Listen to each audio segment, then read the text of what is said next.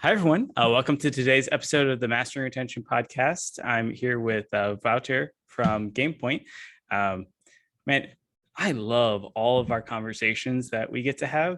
And it's been too long since we've talked, but I feel like this is a special one because everyone else gets to absorb all of the stuff. I feel like every time we talk, I just try to absorb as much knowledge as I can because you just know so many things about so many things and making games. So this is just a super exciting and special podcast for me. So I appreciate you joining me. But before we dive into everything, I always like to ask, what's your story? Like, how did you get into games and end up where you are today?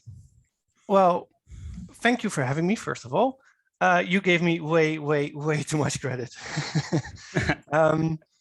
Yeah, we've spoken a couple of times. We met up at several conferences and we always had a good time. And when you invite me for this, I would say, yes, let's do this.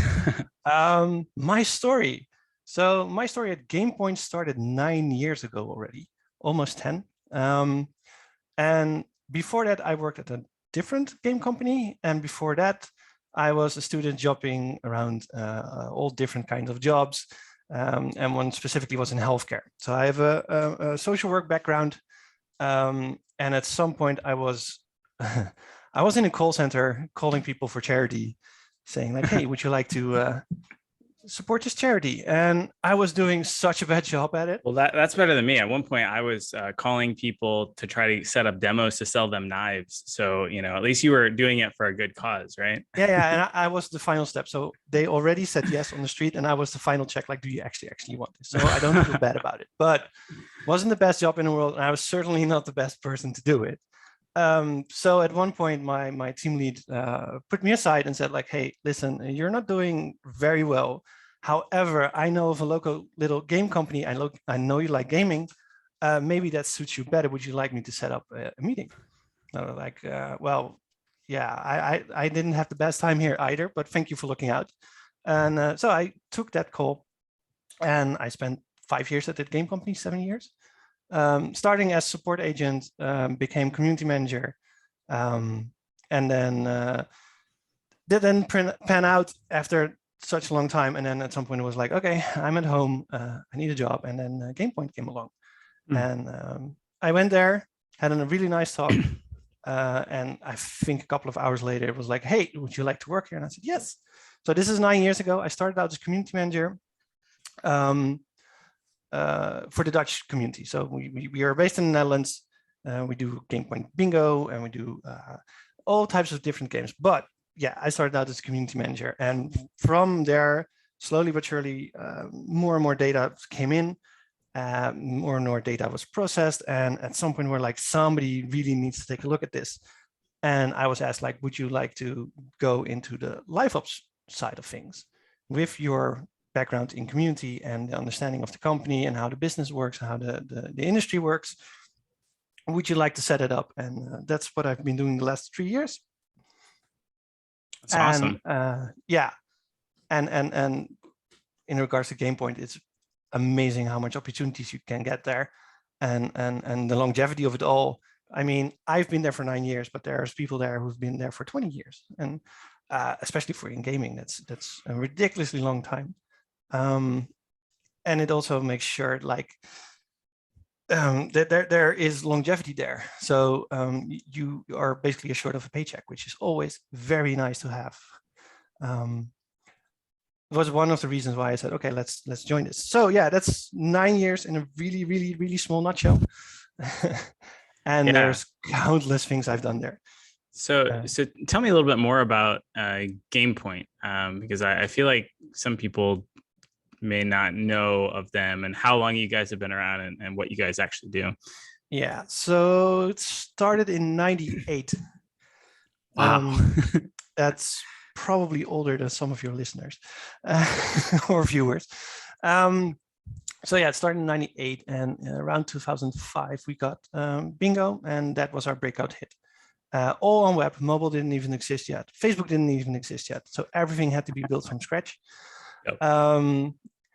And we found an audience, and that audience is basically still the same. That's an audience that is predominantly female, 40 years and older, they finished raising their children, they're loving their retirement, but they also still really want that social factor.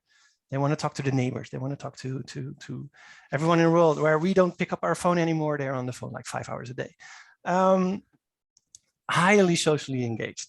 And that's why we build in a chat. And that's one of the key features that we have. So it's multiplayer, real-time multiplayer bingo with a real-time chat next to it. And it's basically, if you take away all the fancy stuff, it's a bingo hall with chat. And well, those things works forever. So our game works forever.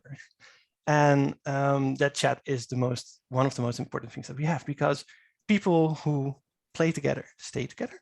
And yeah, and how I always tell people is like, if you're alone on a Sunday morning and you're sitting on a terrace having a cup of coffee or a cup of tea, and you're reading on your iPad, you're reading the latest news, you will probably go home after one cup of tea or one cup of coffee. However, as soon as friends join that table, you will get a second cup of tea, maybe a third cup of tea, and you stay there for lunch. In the meanwhile, it basically means that more rounds have been bought and more games have been played, if you translate it. So that's what we seen from the very beginning. Like, if you let people connect to each other, if you let people talk to each other in chat, and you make sure that there are healthy bonds, then very nice things happen. I've had the absolute luxury of being present at a player wedding. I was invited together with another coworker. They were like, GamePoint has brought us together. That's number one. And number two, you've been such a part of our lives that we want you at our wedding. And we are like, yeah, who are we to say no? Awesome. That's super special. I always like to say that this doesn't happen at the bank. Yeah. I don't know many people that call up their the people at the bank saying, hey, I have a wedding. Do you want to come? Again, it's very special. I had a reception once at a wedding, but this was actual wedding, being there, present, exchanging rings, everything. Wow. And that is just one example of how powerful connection you can give people by giving them a platform, a game to play. And yeah, that's one of the key lessons I learned very early on.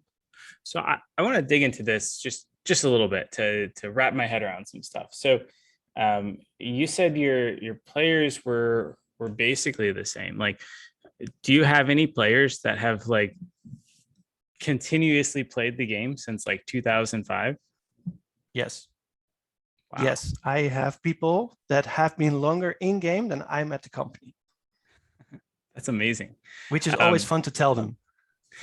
Do you and it's not like you have a short longevity, right? Like most people, 9 years at a gaming company today, I feel like people are jumping around all over the time. And I don't know if it's necessarily related to them or, people poaching or whatnot. But that's crazy. So of these people, you mentioned the social element, which is primarily chat. Do you find that you kind of see friendships like created where they almost plan of like, hey, we're going to log in together at like 7 p.m. or I'm going to wait for you to join so that we can kind of chat while we kind of play bingo together? Yes, definitely. Absolutely. There are so many regulars that are there for, I don't know, 4 or 5 hours a day. Kind of depends on the time slot, of course. What you also see is that people tend to group together. So we have rooms, and in a room you have 100 players maximum.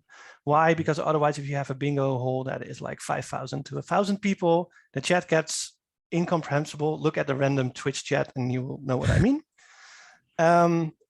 And yeah, you still want to win. And with 100 people buying cards, there's a bigger win chance than with 500 or 1,000 people. So we split them up into little rooms. And what did we see over time? People have their favorite room with all of their friends there.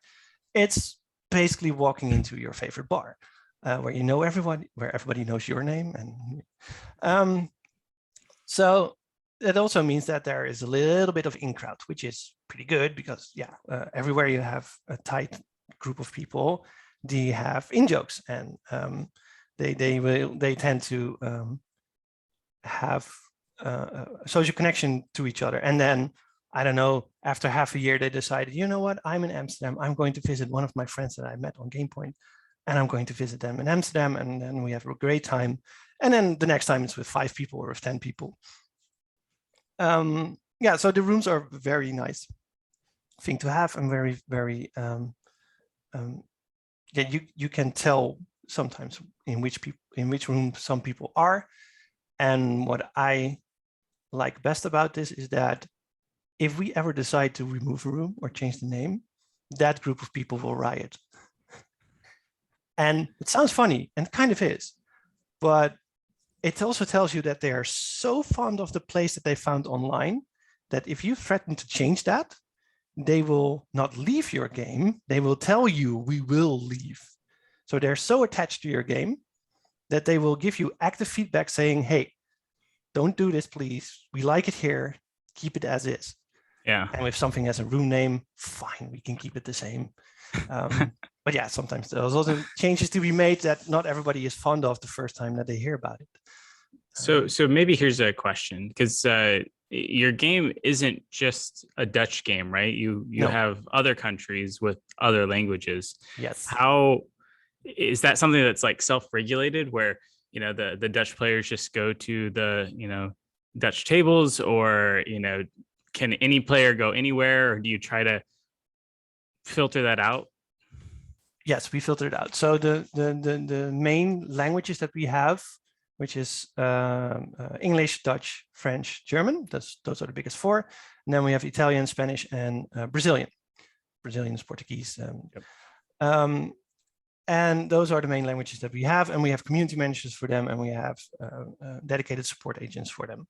And they keep an eye on the chat or look at the reports. Everything related to the language is there. Because we also found out early on, this targeted demographic doesn't have the best ability to speak other languages than their own. They're older, they didn't have it in school, they didn't grow up with the internet. So they tend to have either their mother language or maybe English next to it. So if you want to maximize their entertainment, and if you maximize their entertainment, which makes the probability that you make profit of them higher, you need to localize your stuff. Otherwise, they just won't get it. And we even have it with a new game that we have out, Uptown Bingo, is that we get the first it's only in English for now. We already got the first messages saying like, I love this, but I would love to have it in French or in German or in Dutch, which we're now rolling out. So it's now fully localized. And that should increase every metric that we have. Yeah.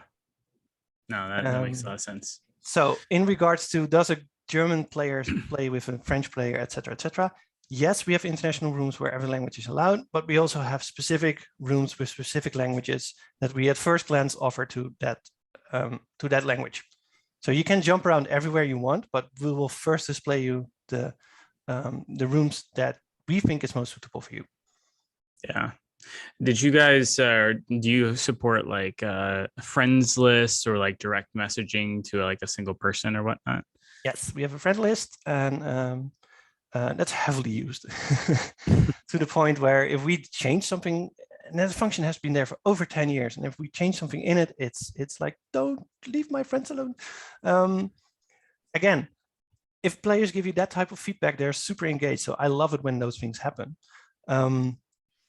Yeah, and we have a DEM system. You can talk to people, and we also relatively, I think 2 years ago, we introduced a club system where players can join the same club and have a private club chat, all to just foster that feeling like, hey, talk to each other, play together, stay together.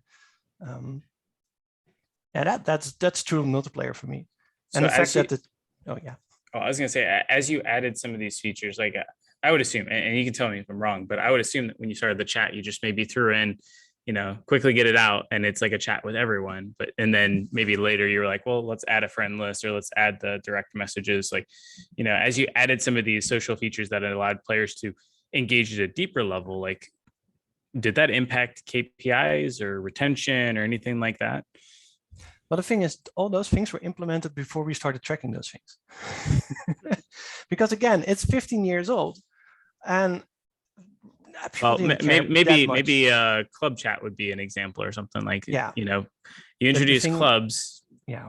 Yeah. The thing What is, happened? club is aimed at a specific type of player, which has been with us longer. So we linked it to your level, and we said like, okay, we need a certain amount of level, a certain amount of commitment before you can join a club and before you can create a club. So relatively few players are in a club, but we see the players that are in the club do relatively high amount of KPIs. So it's your classic 20% does 80%, that type of rule. So they are highly engaged users, and then they engage with each other. So yeah, we have the club metrics, but that's such a relatively small amount of players that it's not leading in any KPIs. We have other systems for that. But yeah, we do know that if you have the ability to connect people through chat, it does wonders for you. And one prime example, what I can figure out from what I can remember from all those years is, it's an older demographic. That means that next to that we have GamePoint babies and marriages, it also happens that people pass away. It's just a fact of life. And I super love the fact that our community takes the time and effort to actively honor somebody who passed away in a room. They will try to reach out to us saying like, hey, our friend passed away. Can we do something online? And we're like, yes, you can. We have protocols for this. Please talk to this and this and this employee. He will set up everything. We will guide you to a special room. And we will be present there in that room just in case somebody decides to be disrespectful. Surprise, almost never happens that people are disrespectful. And then usually one of the friends says, okay, I'm going to speak. And then we will take a moment of silence, like 1 minute. And we enable a special chat emoticon, which is a rose. And people drop roses in the chat for like a minute or 2 minutes straight. And the only thing you see during those 2 minutes is just a bunch of roses in the chat. And it sounds a little bit wacky if you're not in the game industry, or if you just heard it. You might have heard it in World of Warcraft that this happens, but it is such a powerful moment if you're part of one of those evenings. And we don't do anything for it. We just enable the room. We just make sure that people are there, that they can express their feelings in a respectful manner, and you get so much community respect from it. Nearly every single time, the players will just say, "Thank you, GamePoint, for making this possible." And yes, we needed to create protocols for this. We needed to make sure that the people get the send-off that they deserve. But you cannot get too involved, otherwise you will be spending, I don't know, hours of your week setting these things up. And that's why we say, okay, we facilitate. You pick the room, you make sure that the people get there. Somebody else does the eulogy or the respecting part of giving respect. We are just there to make sure that nobody misbehaves. And that's enough for people. Just provide a space, a safe space to do this. And yeah, again, it's an incredible experience to witness. Wow. And it's a completely different side than make sure that your game is optimized and make sure that every player gets the experience that they deserve, which is important.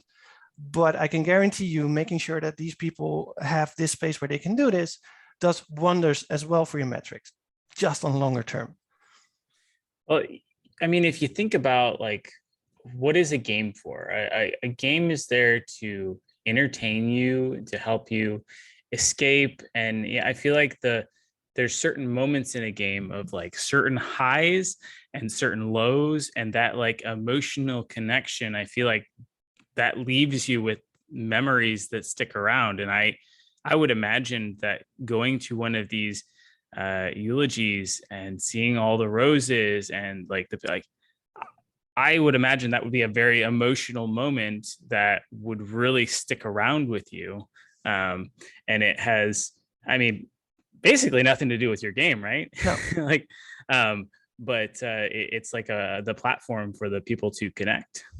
Yes, and that translates into more engagement. Mm-hmm.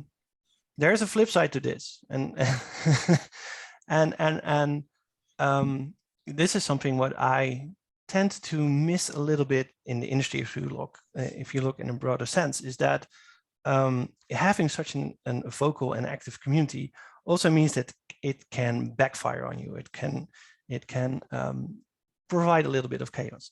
So when I started all those years ago as a community manager, we also had the game pool, and one of the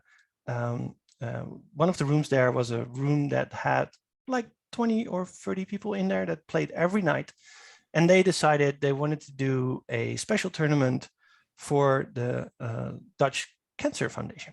So they approached me saying like, hey, listen, we would like to do a charity event for the Dutch Cancer Foundation. And we'd like to take over the room and play there for the entire weekend. And I was like, I love what you want to do, but you cannot take over the entire room. Other people need a place to play, and they need to have the option not to participate in this event. So we need to find a different way. And I decided this on my own. Stupidly, I decided this on my own, that this would be my response. Again, I was a junior. I didn't know anything I should have known. And 10 minutes later, on Facebook, on public, GamePoint does not support Child Cancer Foundation. That was their response, because I said no to a tournament in that specific way. So we needed to do damage control. So I was called in with a couple of other people, like, what did you do? Why did you say no? This is horrible. But I didn't say that you couldn't do it. The result is this post saying that we do not support the Cancer Foundation, which is absolutely not true, but try to recover from this. So a plan was made that we would host our own event, mentioning them, as in this is the idea of these players, and set up an own event and raise for the same charity, raise money, and let them have their own event in our game as well.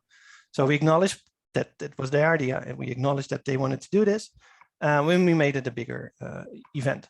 And it was a lesson learned for me. Like, you cannot on your own decide some answers that you want to give as a community manager, because it can backfire pretty horribly. I would not expect somebody to just blatantly outright say, okay, they don't support this cause. But people do. And that's something that I took with me for a very long time, with every comment, every decision that I made. Like, can we potentially have this kind of feedback from players publicly? And that takes me back to the LiveOps stuff, because even now, if we make certain decisions, like no, not changing a background color, that we don't get feedback on that. But if we make a new feature and it has bugs in it that we didn't catch, or there's a setting config incorrect, which means that players get way too much of a certain resource, and you have to mitigate that. Otherwise, you don't have an economy anymore. Well, good luck explaining to somebody how your game economy works. That's number one. And two, they shouldn't care, because it's not their problem. But you still need to tell them, like, hey, we need to do this to relieve a problem. And you need to word that very carefully, because I learned all those years ago, if you don't word that very carefully, it will backfire. And I'm seeing less and less of that in the media, of games that make changes to their config with LiveOps, and then have an answer ready for, hey, this is why we did it, and this is what it does, and this is how we mitigate problem A or B or C. Yeah, it's just amazing. It's big and small companies alike that are just like, we will release a patch note, and then we will be absolutely silent. Maybe in the Discord they will explain things, but publicly they're silent. And yeah, again, that experience from me, that I'm being publicly blasted for saying something in hindsight incredibly dumb. Somebody needed to teach me. Somebody needed to tell me, like, this was not smart. And in the meantime, don't discourage me from doing this again, because it was the right call to make, to say, don't do this in this specific room. Just, I should have changed my wording. Also very important, how do you message your message? Are you going to be full on corporate, or is this audience a little bit more informal, and therefore you need to word it differently? Are they tech savvy? Yes or no? First 2 years at community and customer support, we still had Java. I spent 30 minutes on the phone installing Java in somebody's computer. I was better at that than the selling of charity, by the way. But yeah, you need to talk to somebody for half an hour, guide them through something very complex just by voice. You can't share your screen. You need to be very patient. Again, all those things teach you to become better in whatever career path you take in gaming. And yeah, also part is this telling nice stories. Yeah, it seems like this this idea of I guess I would say understanding your audience, and like not just understanding, but like deeply understanding who they are, like their everyday lives, how your game fits into those lives, how they use the game to, connect themselves, to connect socially. All those things then kind of translate into probably features and events and stuff. Like something that you told me one time that really stuck around was that the simplest live ops that you can do would be to set up a simple in-game message that goes out to your Brazilian players on September 7th and says, "Happy Independence Day. Enjoy this free gift of 1,000 coins." And, that'll boost retention. That'll increase engagement. Like players feel personalized. They're like, wow, these guys over there are thinking of us over here in Brazil on our special day. Like that's pretty cool. And that's always kind of stuck with me. So, for let's say other studios that are maybe wanting to try to emulate this process, because I think you guys have been running games longer than many other game companies have been around. And for folks that are striving for, a lot of people are hoping their game is still live 3 years from now, let alone 5, 10, 15, right? What sort of processes do you guys go through, or how do you actually understand who these people are so that you can kind of gain that knowledge? So we have the absolute luxury of having the same type of player for all those years. So you have a lot of moments to study them. You also have a lot of moments to make a wrong decision and learn from that. But one of the key things is just communicate. I have spent so many hours in game just talking to random players, understanding their pain points, understanding the upside, the downsides, everything. Handling disputes between players. Some of them will favor you, others will not. How to react to that? You need to have a thick skin. But lately, what we have more data, so we can see like, hey, this event that we are running generates per hour more cards bought in bingo, therefore the event works. Or the other way around, we do an event and it doesn't change anything in the metrics. Happens. But two things. So you want to set up as much surveys as possible, but you want to keep them very short and very to the point, and make sure that you don't steer them into the right answer. It's very hard to do if you think about it correctly. You would be amazed how often you steer somebody in a certain direction. So do you have like an example of like what you might survey for, and then what that survey might look like to get that answer? Yes, we have a thing that's called the road. We enabled that 3 years ago. And iteration 1 was simple: play bingo. You get candy points. Candy points progress you on the road. You hit a certain milestone, you get some coins back. Very simple progression mechanic, but it worked. But we felt like we could do better. So we first surveyed like, did you actually like this? Overwhelmingly, yes. There's something to do. We get something in return. It looks nice. Good job. So that's nice to start with. And then we're like, yeah, but if everybody gets the exact same experience, whether if you're with us for 10 minutes or per day or 4 hours a day, you can't marry those two numbers. You cannot say to somebody who's there for 10 minutes, I want you to play 100 rounds. And somebody who's there for 4 hours, you can tell them play 3 rounds. So you need to segment those players into what their favorite stake is and how they would like to play, and then offer them some customized route, basically, within cohorts. And basically, ever since we done that, people are like, hey, this is nice because I get reward that matches my player behavior.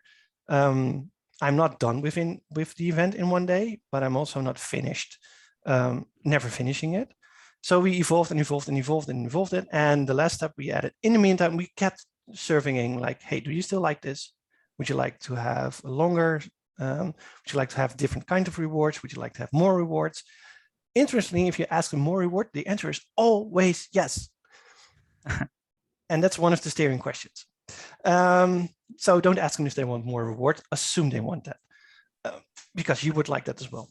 Well, your players talk a lot though. Like, isn't it possible that you have a segment that's getting maybe lower rewards with a segment that's getting like bigger rewards because they play more? Like, how do you get around that without causing a riot?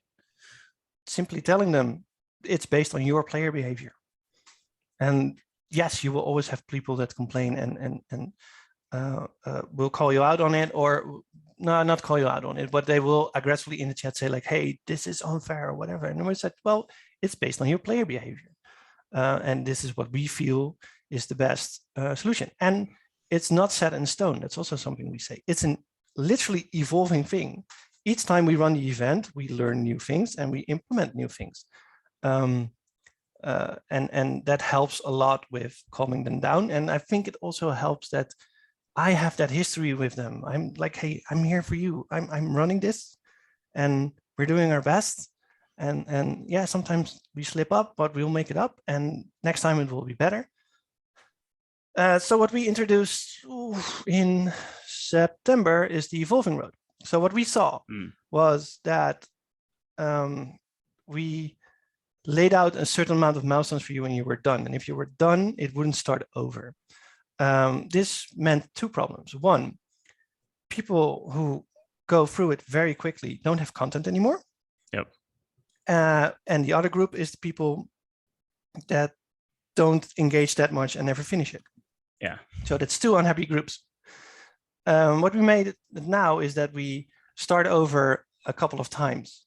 So the more you play, the more it starts over and you get a little bit better reward. It also gets a little bit more difficult, but it's scaled ratio. So you can keep on playing. And we solved two things with this. Number one is the people that went through it too fast slowed down, but still have content. And the players that didn't get to the end now at least have one or two roads in between. So they still feel that at least they completed a chapter or a stage or at least a part of the thing. Again, we run a survey and it's like, yes, thank you. You solved two key issues. And yeah, for 2021, 2022, we're going to evolve it even more. I'm not done playing around with that thing. It's players like it, we like it. If done correctly, it will generate content for weeks, which also helps with our pipeline, because that means that those weeks we don't have to provide anything for them. So you kind of talked about data a little bit of like, okay, we run this event and if they bought more cards, it was probably a success. Yes. Have you ever encountered an event or something that you pushed forward where you saw that there were a ton of more cards bought, but for whatever reason, the players were pissed off and they didn't like that at all? And so from a metric perspective, it looked like it performed, but it was actually like causing angst amongst players. Kind of, yes. So what we have from time to time is an event that is specifically for the most engaged players.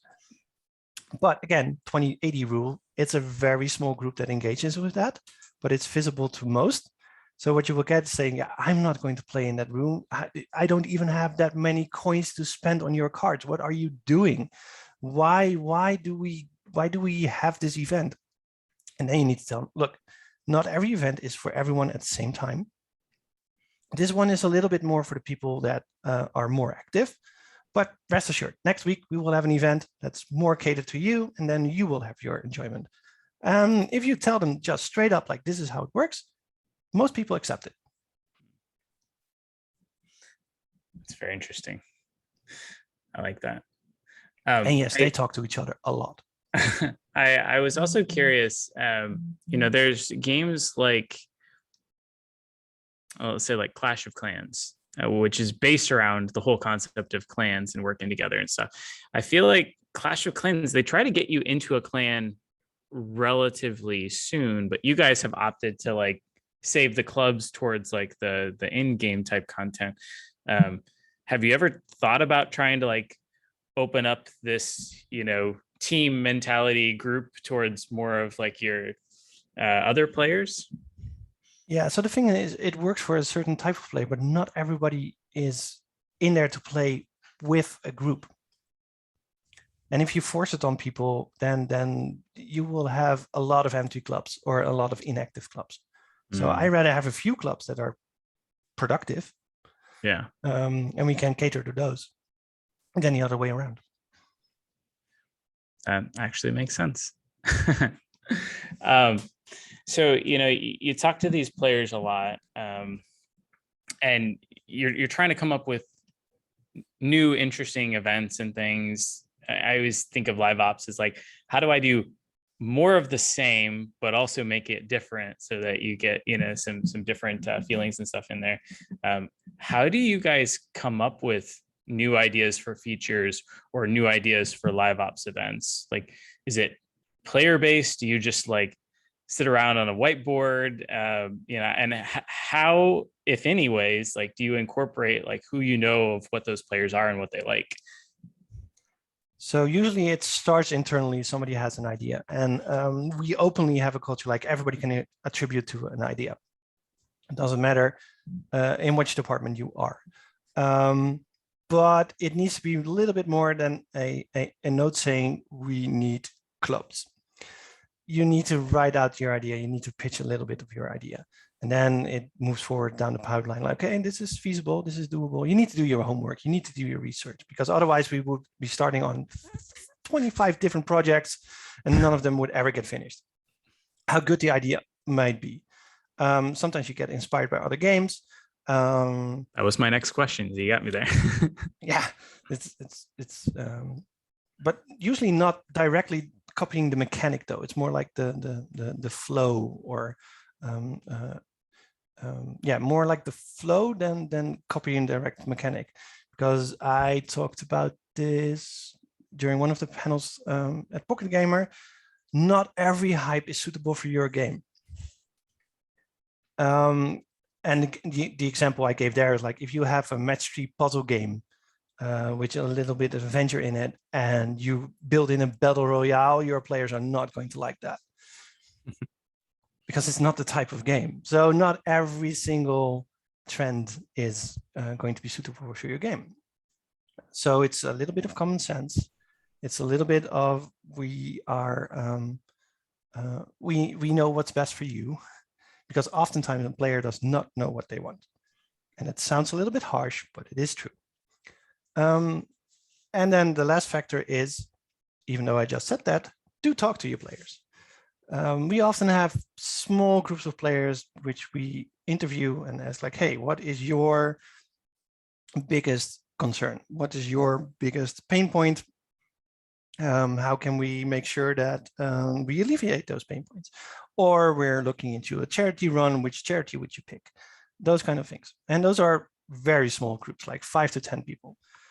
Because, well, right now with COVID, it slowed down a little bit, but we'd like to have player days when we invite up to 100, 150 players to our office and just talk to them all day and provide entertainment for them. The thing is, if you have 150 people over, you get to talk to all of them for about 5 seconds, if you're lucky. So then we said, okay, we need smaller groups. Let's invite 5 or 10 of them. Let's sit down, nice little lunch, and ask them questions. And those 10 users are your average player on your platform. And that has worked very, very, very well. I know of some, and I think this is more on like competitive type games, but what I've heard folks doing is they look at the either top 10 or top 20 like guilds that are out there, and they'll invite the guild master of each of them into like a special unique like Discord channel or something like that. And then these top players basically get to interact directly, and then they report back to their guilds and it kind of gets dispersed. But now they suddenly have, through these guild members, essentially access to their top 500 or top 1,000 players in the game. Yep, that's a super solid strategy that works. That's the same thing we do. We don't invite the clan leaders, but we have our special super fan groups, which we just on Facebook, close group, put all of the players in there. And that's way more informal than we can do on our regular outings, media outings. We have like 2 or 3 community managers in there per language, and we ask them for feedback. And yes, there are clan leaders in there, so they will report back to their players. But it's a very quick, direct line. It happens from time to time that they report a bug before we even catch it. And again, this is them appreciating us, saying, okay, there's a bug here, please fix it. Because again, they are engaged. If they're not engaged, they would just leave. Here's a interesting theory that I have. I think that one of the most important parts of a game is like a bug-free, really nice player experience, which is maybe even more important than like fancy LiveOps events or showing new features or something like that. Like I remember I was talking to one of the founders of they made a hyper casual game. It was like one of those first slicing games or something like that. And he was like, the most impactful change that we made out of anything we ever did was we made it so that you didn't have to move your finger when you were slicing. You used to have to like tap up and down, but now I can just kind of like drag it endlessly, and it was just like an easier. And he was like, yeah, that was like a 5% increase in day 1 retention, and they're already at like 55%. Nice. And it was pretty staggering. And I was just playing a game last night that obviously had no UX designers or maybe QA tester, I don't know, and you hit the wrong button and your turn's over and your guy's standing on ice and you can't get back, and then the turn ends and it melts and you lose all your troops. And I was very furious when that happened to me. But I think what I'm trying to get to is, how do you guys prioritize like bug fixes or quality of life improvements for your players compared to just like making new features or LiveOps events or things like that? Like, how do you guys balance your roadmap? Yeah, that's a pretty tricky one, because we build on something that's already so old. And I'm sure can get you a couple of players that's saying like, this bug has been there for 10 years. And then at some point it just gets incorporated in your UI or incorporated in your daily flow, because people will learn to work around a bug if you don't fix it quickly enough, unless it's game breaking. Like game breaking is, you need to address it as soon as possible. Every day that you wait, it's just horrendous. But yeah, we cannot prioritize every single bug there is. Some players would like us to prioritize every single bug there is. Especially if it's something small, like change the color of the button or something like that. It's just really hard to make sure that it works on all platforms, it works correctly on all platforms, and that it runs on relatively older device, because as we established earlier, it's an older demographic that usually plays on the secondhand laptop of their children. Because dad doesn't need the fastest laptop. If Zoom works, we're good. So you guys don't have any established process. Like I know some companies that are like, okay, 20% of our time goes to just fixing bugs and quality of life improvement. So every Friday, you just, your dev team and everyone, you just work on either pulling that bug that's been sitting out there for 5 years and maybe you knock it out, or hey, this would be really nice for our players, let's do this, it's going to be a quality of life improvement. And it's just like, rather than completely always being focused on looking back, you're like, how do we continue to bring the quality of our platform up and do these little things that are, just kind of thank you to our long-term players, the quality of life things where they're like, oh, I was dealing with that for so long, it was just that thing, and now you fixed it, and it's Yes. they're delighted with it, right? I might have hinted that we don't do that at all. That's not true. We do have quality of life changes overall, especially with newer releases, quicker releases. It's just that like I said, sometimes it's hard to find a specific bug or to fix it, and we document everything. And we also give player feedback, as in, hey, we fixed this, and this is now fixed. But there is a difference between something that gets 1,000 mentions in a week versus something that gets 5 mentions in a week. And that's also part of your prioritization. Like, how often is this discussed? How often is this brought up by players? And you cannot have the perfect game. I'm sorry. I'm not hating on Battlefield here, but they didn't have the best release ever. Well, you can't have the perfect game. It's tic-tac-toe drawn out on your, you can't possibly go wrong, right? Yeah. So that's one of the qualities of bingo. It is basically tic-tac-toe, but then virtual, because everybody knows the game. Everybody knows how it works. You don't have to explain anything. It's really jump in and play. And then you get to meet people, and then you get to get the ball rolling.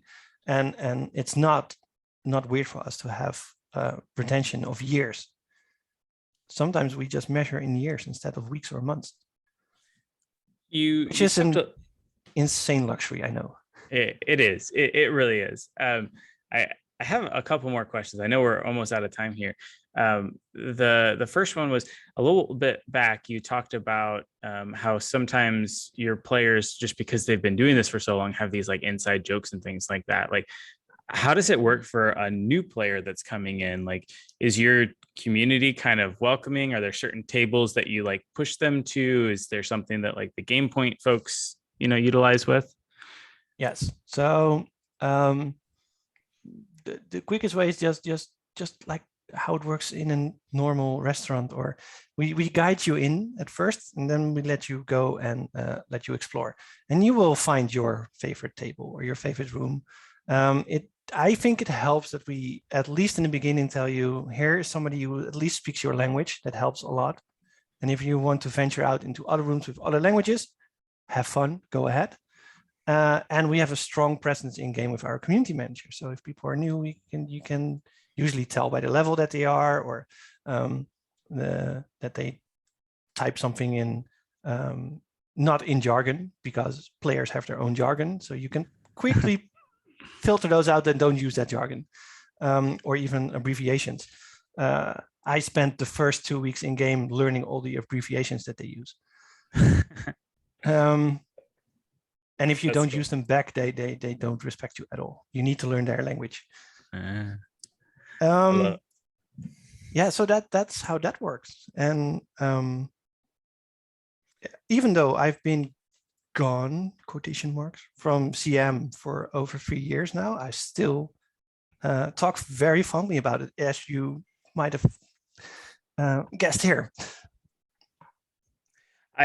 I think my final question is, this game has been running for a long time, but there's still new players coming in. Like, do you guys do any sort of like user acquisition, or like how do players find your game? Well, we have a strong focus on Facebook, so you have your ad situation there, and mostly it's getting back churned users with special events. If we have something, we will just let them know, like, hey, you've been away for a while, but we have something new. Come check it out. And then you will see an uptick in retention again. It's just very hard to get true new users into your game, and to get them to stick around, especially if it's a little bit of an older game. We don't have the most fancy graphics. We don't have the most fancy gameplay compared to some other competitors, but there is a group of people that say, I don't need to. Yeah, if you change those things, they'll riot, won't they? Yeah, then they will. It's like, you know what? I'm good with buying a card or two and just playing, and I don't need all the fancy stuff. There's a real demographic on our platform that's like, I don't need all the fancy stuff. I don't need the season pass every single week. Sometimes it looks like it's a week. Just let me play my game and let me talk to people, and we're good. Yeah. And that's what we provide. That's awesome. Great. Well, I know we're about out of time here, so I have one final question for you, because it is the Mastering Retention podcast, of course. And that is, what's one tip or trick that you found over the years to help boost player retention? Like, how do you keep players playing for longer? Make your game human. And that's easier said than done, but make sure there's a human presence. Make sure there's a face to the company. Make sure you have a community manager. Most likely, if you're a startup, you will do everything at once. But yeah, make sure that there's somebody out there that is an actual person and not a bot to help out with questions and stuff. Because players will come for your game, but they will stay for each other, and they will stay for your team if you have a team that reaches out to them. Love that. And then you end up at a wedding. Honestly, that's true. I mean, I feel like so many games, it's easier to just come and go, and you feel like you're just kind of invisible and like nobody knows anything. But when you're actually greeted by a real person, it's like, oh, you actually care about me. Maybe I should give this thing a real try. That's one of the things that we also have. We have a phone line, at least for the Dutchies. We have a phone line. People can call in and get a person on the line that will actively help them. And that also changes so much if a person answers the phone. That's great. Well, Wouter, thank you so much for joining me today. If folks do have any questions, is there a good way for them to get a hold of you? Yeah, LinkedIn is pretty, just look for Wouter GamePoint and I will turn up. That's the easiest way. Go check out our games. Go to Bingo, GamePoint Bingo, check it out, play it. Maybe you'll run into me. Check it out. Learn the acronyms, learn the jargon, right? Yes. All right. Thank you so much. Thank you so much. Bye-bye.